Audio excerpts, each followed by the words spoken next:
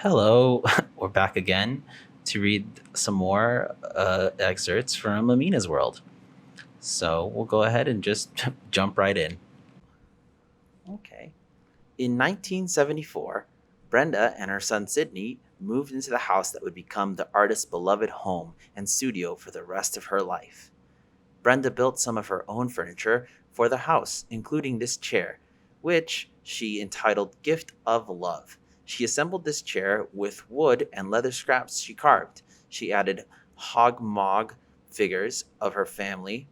Hogmog is a clay like material Brenda made from mud, sticks, leaves, and glue. Brenda carved crosses into the legs of the chair because the Christian religion was important to her. She also embedded music boxes to provide the comforting sound of gospel music. Look for the crosses she carved on the legs of the chair. What do you think she kept in the box on the side of the chair? Huh, that's kind of interesting. Okay, and there on the side of the chair, she's also carved something that says, Every Day, Life and History of Afro Americans, featuring Columbus, Ohio. Very interesting. As a young woman, Brenda went to study in Africa. She took lots of art materials with her, and when these ran out, she used thin paper that lined the drawers in her hotel room for drawing paper. Wow, that's pretty resourceful. And she sketched the people who worked and shopped in these busy marketplaces of the cities and villages she visited. When Brenda came home from Africa, she used the sketches to help her paint scenes like this one. And then it says, Can you find someone holding a baby, taking a nap, driving a donkey cart? Hmm, interesting. We'll let that image sit for a little bit here and see if we can spot that and maybe a couple of other things. So the lady with the baby is right in the middle of this painting. And just to the left of her is a person sleeping, taking a nap there. You can kind of tell because they're all curled up and sort of laying on their side.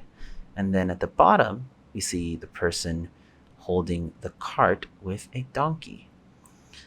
Now, there's a bunch of other things going on in this painting, which I really love.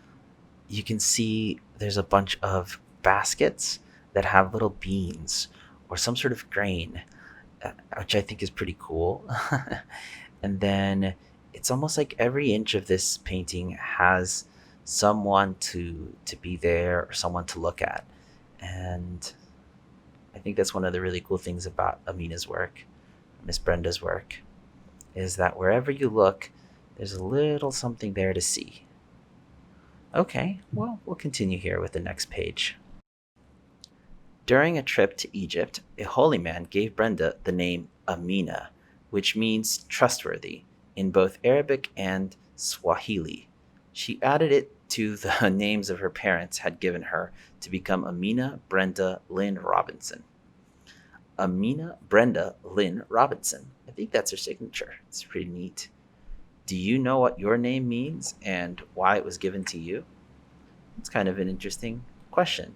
I just so happen to know the answer for myself, and it's Max comes from the name Massimo, and Massimo was my mother's boss at the time she was pregnant. And Massimo Vignelli was this designer who had designed a lot of different things and wanted to start designing fashion. And my mom was a fashion designer at the time, or still is, and worked closely with him to try and bring out his fashion line. And he was such a good boss that she felt like naming him after me, or naming me after him. And so that's how I got my name, Max. I'm not quite sure what the literal translation of it would mean, but I know that max sort of has this meaning of the most or the maximum. So I think that's pretty neat. Anyway, we'll go ahead and continue with the next page. Amina bought some of her art supplies at the store, but she often made her own paper from discarded scraps and dyes from fruits and vegetables. People knew people she knew and even strangers brought her buttons, neckties, and fabrics. She combined all of these natural and machine-made materials in her art. She was a human recycling machine. When Amina's son was a little boy, she made books for him out of paper bags and cardboard scraps. Some of these books folded up into tiny squares. Others were folded like accordions. Some had pop up animals inside. They all fit in an old shoebox. Wow, that's super cool. We can see that little shoebox here on the right hand side. And it says 1968, Brenda Lynn Robinson. And you can see there's little books tucked away inside of the shoebox. And it says, "Get on board, little children," right on there on the side of the box. Well, up and then in the top left right hand corner there, you can see an accordion book sort of folded on out. And we're going to see if I can show you guys the directions the book has to help you make your own accordion book. Let's go ahead and flip to the next page here. It says, "Make an accordion book. Carefully remove this page from the book, cut it out in the rectangle form, use drawings and words to tell a story about a favorite pet or an imaginary animal. Fold your book like an accordion." Now, you don't have the book, or if you do, you can go ahead and cut it, but most of us don't have the book. What you can do is get some printer paper or some notebook paper and fold it in the same way that you see it folded here. You don't have to even be the same exact folds. The idea is to have an alternating folding pattern so that it can open up like an accordion. Okay, well, inventors, I really look forward to seeing all your accordion books.